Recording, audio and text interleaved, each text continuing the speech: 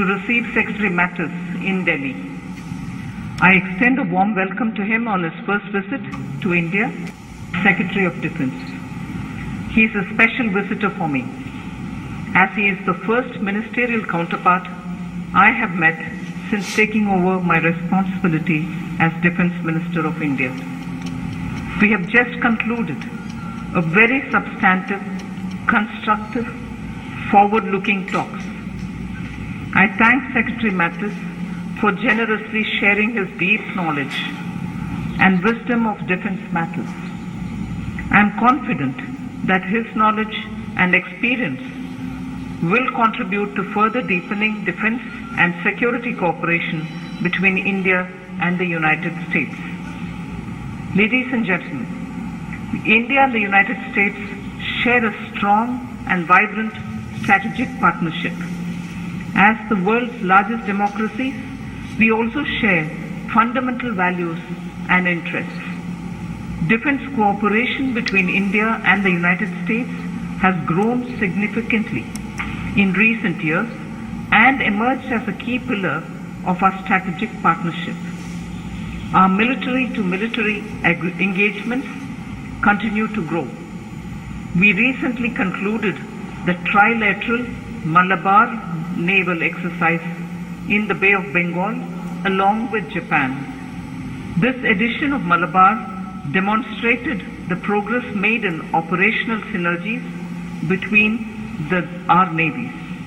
As we speak, our armies are conducting their exercise Yuddh Abhyas in the United States.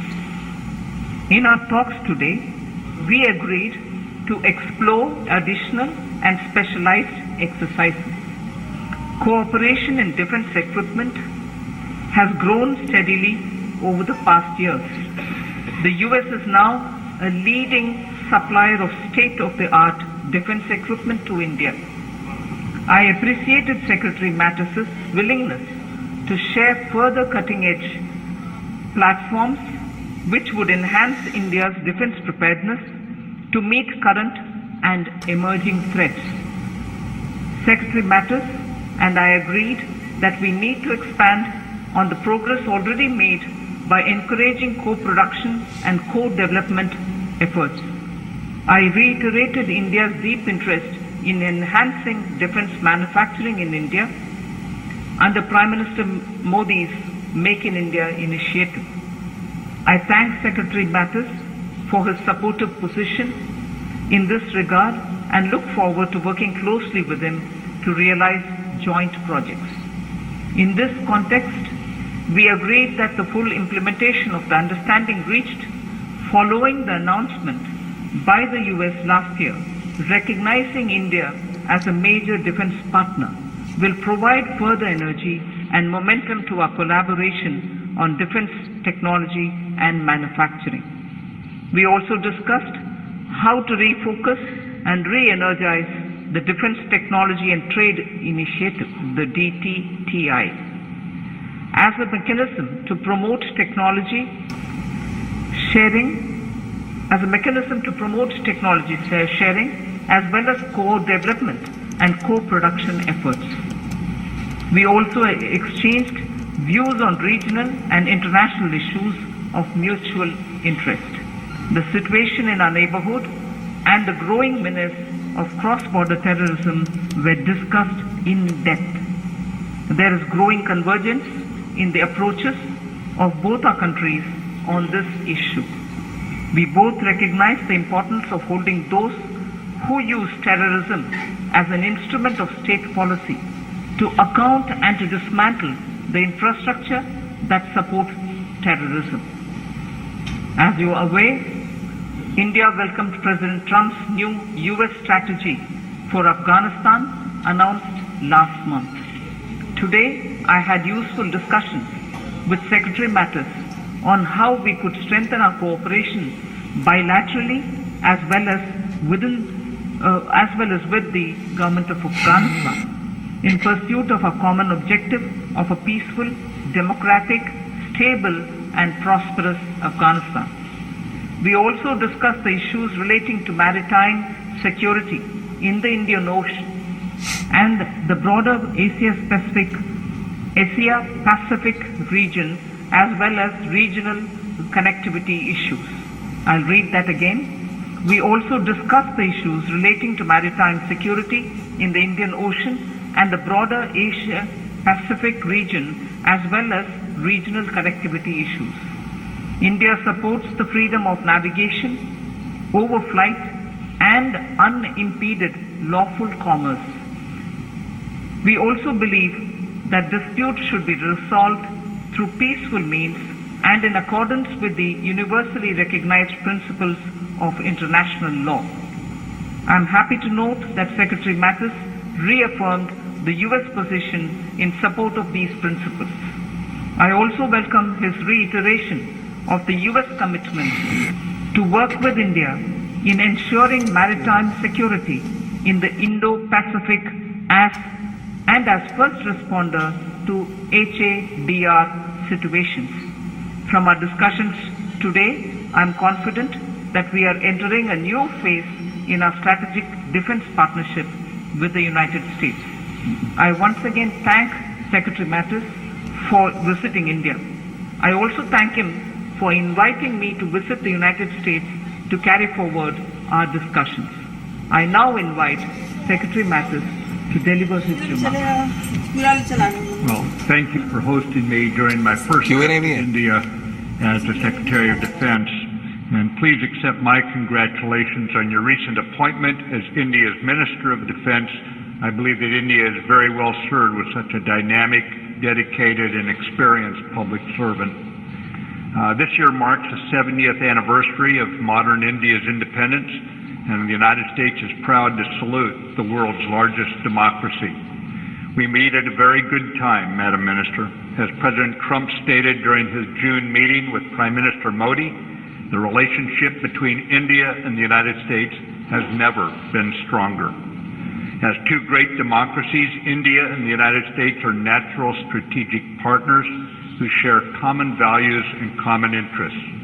We have a historic opportunity today to set a refreshed partnership between our nations, one that is built on respect, trust, and shared values of democracy, freedom of expression, and human dignity. Our common vision aims to support an open, just, and rules-based global order. A peaceful and prosperous future in the Indo-Pacific region is based on a strong rules-based international order and a shared commitment to international law, to peaceful resolution of disputes, and respect for territorial integrity. U.S.-India defense cooperation has steadily expanded in recent years, underpinned by a strategic convergence between our two countries based on common objectives and goals in the region. This cooperation will benefit both economies while reducing legacy trust issues between our two democracies. The United States designation of India as a major defense partner reflects the progress made in strengthening our cooperation. This designation recognizes India as a pillar of regional stability and security, and it reflects our desire for a long-term strategic partnership in the 21st century.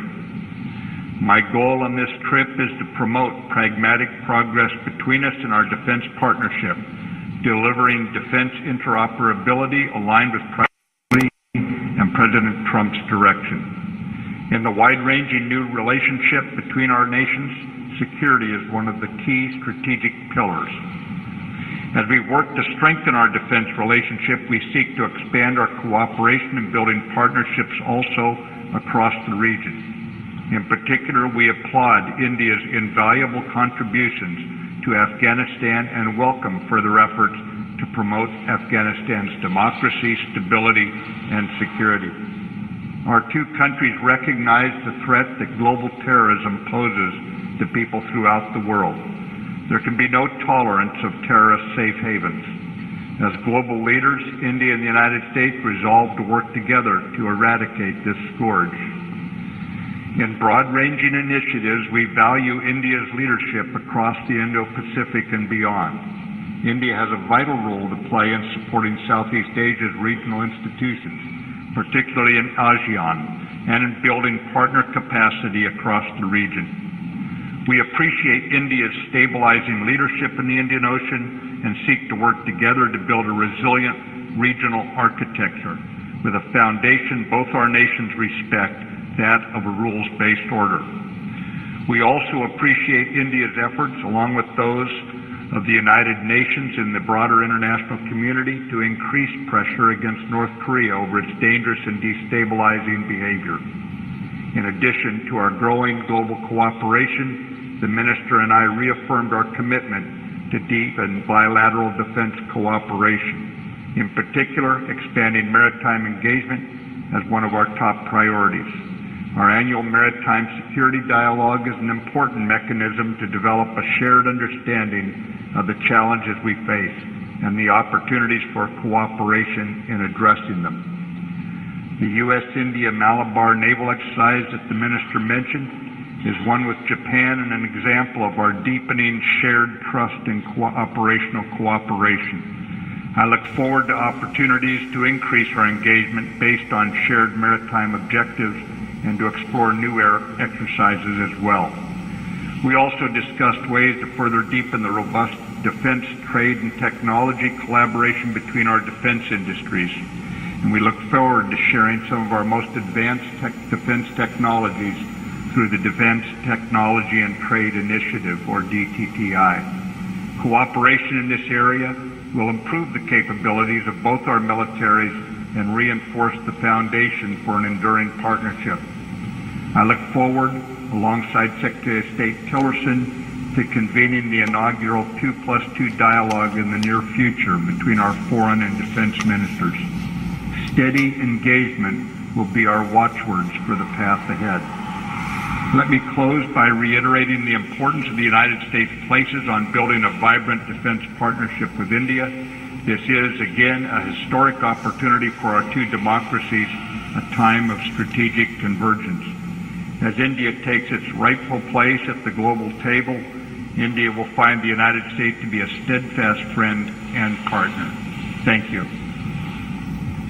Okay, first question from Mr. One question, please. Second question, my name is Nirmala from New Delhi. We have heard President Donald Trump highlighting the South Asia policy and highlighting the zero tolerance against the same level with sanctuary terrorism. How do you see the role of India in this strategic convergence and increasing role in Afghanistan's safety, security, and stability of the democracy? And also, India will soon be observing the 1 year of the surgical strike. Do we see the endorsement and support of the United States against any such cross-border action against the terrorist safe havens and launch pads? And to Secretary Raksha Mantri, Prime Minister Narendra Modi always highlights eliminating the terrorists and the countries and organizations who support terrorism and safe havens of terrorism. Aid to countries like Pakistan who support aid and abet terrorism is a cause of concern for the global community. Did you raise this issue with Secretary Mattis, and what assurance did you get on the cut-down of the U.S. military aid to Pakistan?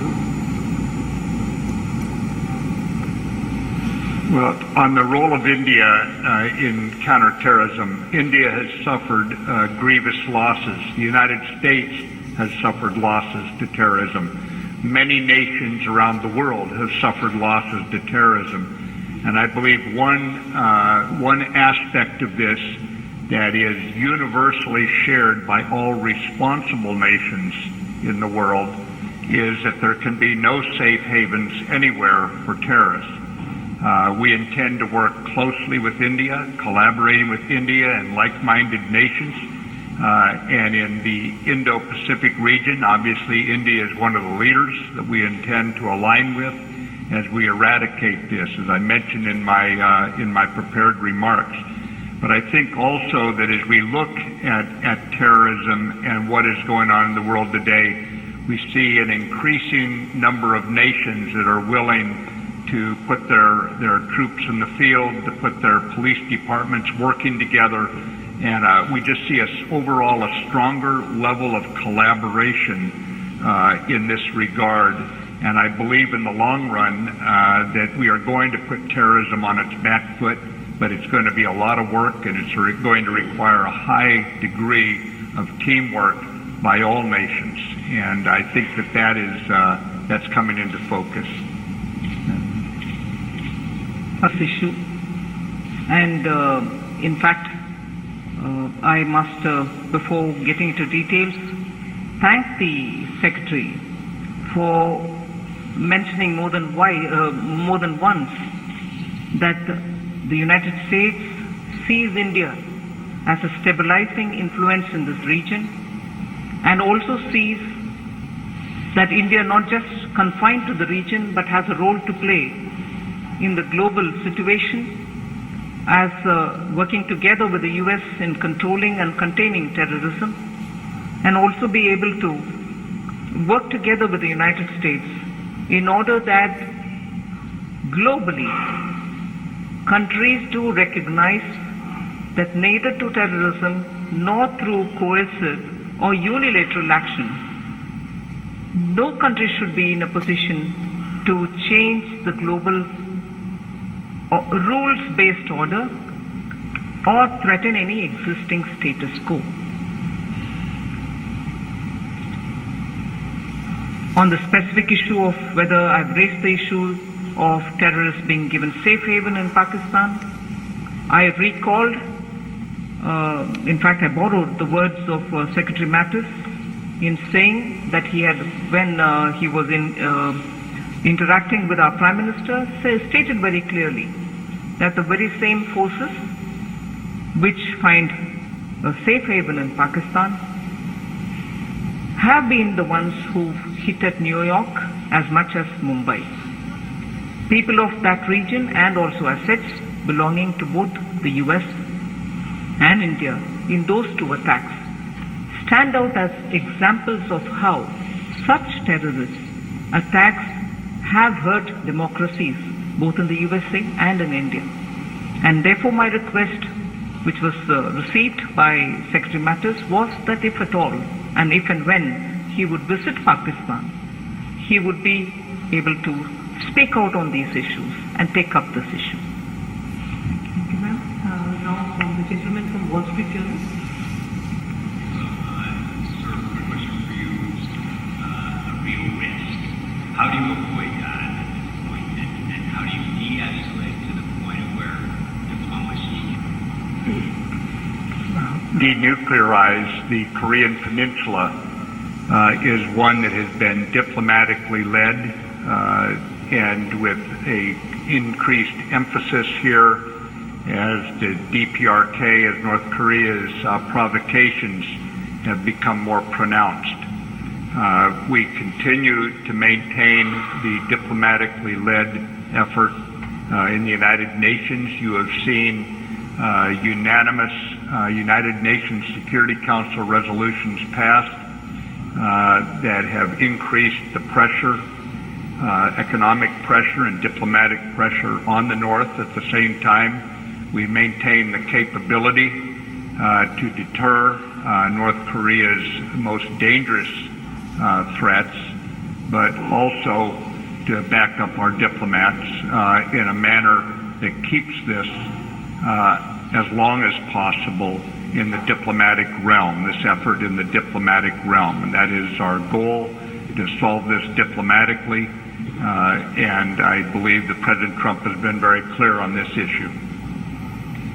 Thank you. What is India's contribution to Afghanistan? May I remind you that India's contribution to Afghanistan has been for a very long time and has been consistently on developmental issues. We've built dams, we've built hospitals, we shall continue doing all of them. Dams, hospitals, schools, any institutions which Afghanistan may require, we shall continue supporting them on them. And we're also at the moment providing training in the name of good governance for their officials, and also for their administrators. Those trainings will continue, so that engagement will also be positively enhanced if necessary. Medical assistance is also provided by India. We give them the facilities in our hospitals. both for those wounded in the hospital and those in the fields, or even for civilians who need medical assistance. Those assistance for medical help will also continue. So India's contribution has been on these grounds, and we shall expand if necessary. However, of course, we've made it very clear that there shall not be boots from India on the ground.